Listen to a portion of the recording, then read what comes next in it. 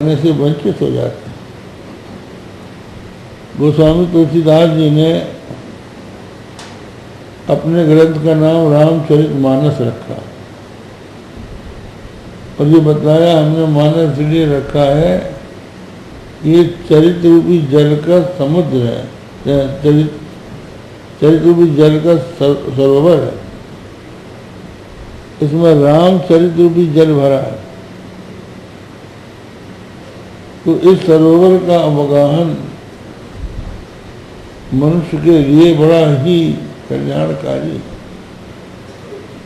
अगर इसमें कोई मज्जन कर ले, रामचरित रूपी जल से युक्त सरोवर में कोई स्नान कर ले तो काक वहीं पिक और बकऊ मराला, कौआ जो है कोयल हो जाते हैं और बगला जो है हंस हो जाते हैं। इसका मतलब ये है कि भगवान की कथा में जिसका मन लग जाता है वो कर्कश वाणी बोलना छोड़ देता है और दम्भ पाखंड से दूर हो जाकर नील क्षीर का विवेकी हो जाता है, सार असार का विवेक कर लेता है। लेकिन यहाँ आना ही कठिन है। गिर का रजनाना जंजारा अति दुर्गम शैल विसारा। गृह कार्य, घर में बहुत से कार्य आ जाते हैं, ये करना है, वो करना है, वो करना है, और फिर नाना जंजाला, तरह तरह के जंजाल, लोगों से मित्रता कर रखी है, घर से निकलते ही वो आ गए, अब जो उन्होंने बात करना शुरू किया तो बंद ही न करें। अब आप सोचते हैं कि बंद करें तो हम आगे बढ़ें, लेकिन कुछ लोग ऐसे होते हैं कि जिनकी बात में ना आदि होता ना अंत होता है। जो बोलना शुरू किया तो वो लगातार बोलते चले जाते हैं। तो यदि दुर्गम शैल विशाला, ये दुर्गम विशाल शैल है, पर्वत है, इन पर्वतों को देख के हिम्मत हार जाती। मनुष्य घर के काम धाम में इतना परेशान रहता है कि कब इनसे छुटकारा मिले और कब हम कथा सुनने जाएं।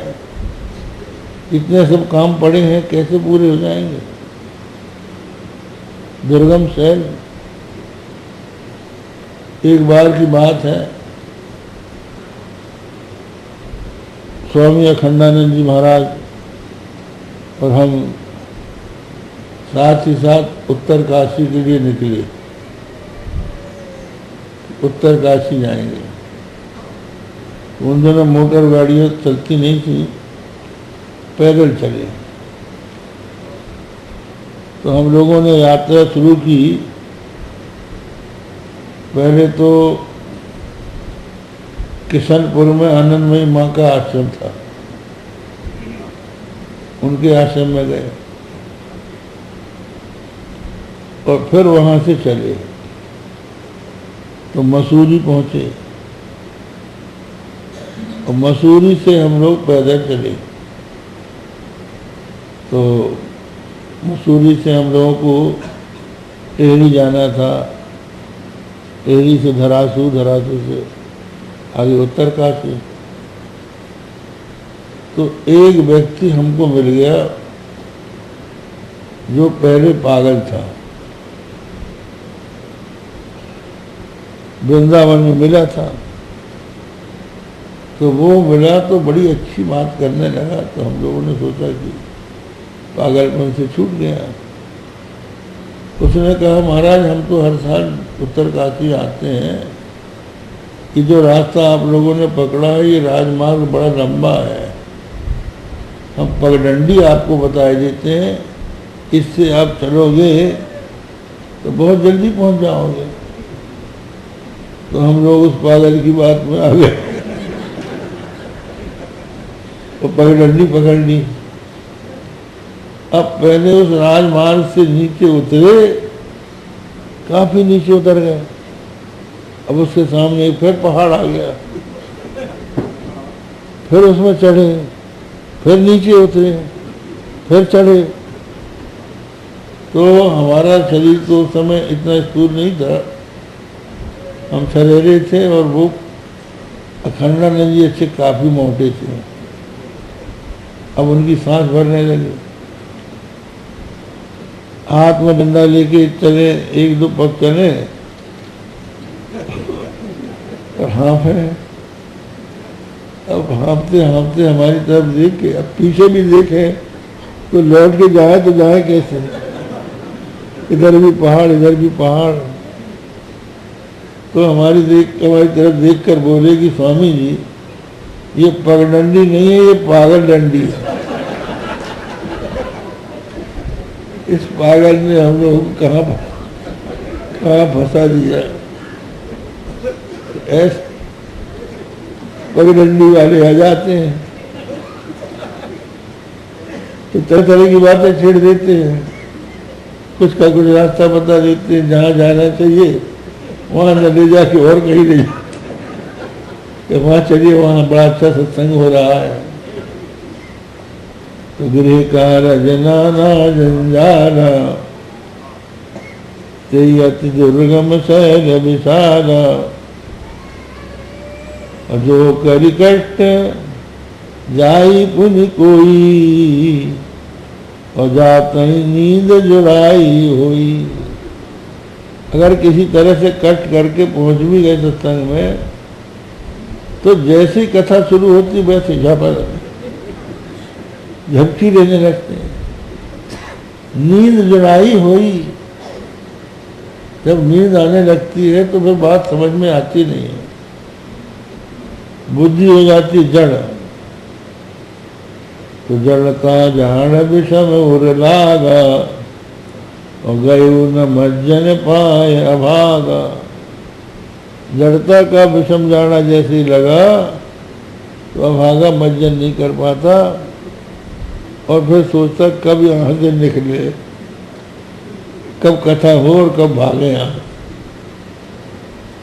और जब कुछ नहीं समझ में आता तो जाके निंदा करता है, भाई हमने बहुत तारीफ सुनी थी, वहाँ गए वहाँ कुछ नहीं। ये श्रद्धा संबल रहित नहीं संतन कर साथ, तिन कहा मानस अगमयति जिन्हीं न प्रिय रघुनाथ। जिनके पास श्रद्धा का संबल माने कलेवा नहीं है, संतों का संग नहीं है, रास्ता दिखाने वाला कोई सज्जन नहीं है, और जिनको भगवान से प्रेम नहीं है, उनको कथा से सुख नहीं मिलता है। तो राजा परीक्षित भगवान के प्रेमी हैं। वो कहते हैं कि भगवान की कृपा से ही हमारे पितामह जीवित रहे और हम जीवित हैं। ये जीवन उनका दिया हुआ है।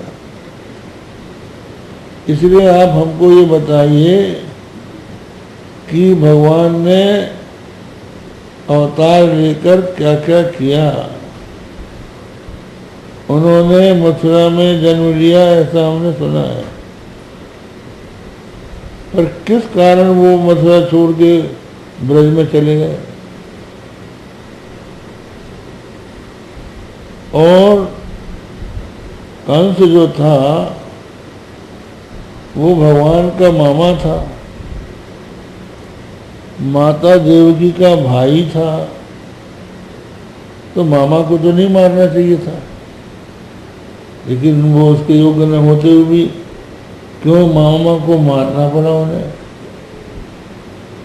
और भगवान ने मधुपुरी में क्या क्या चरित्र किए, फिर और द्वारका में क्या किया, वृष्णियों के बीच में कितने दिन रहे, कितनी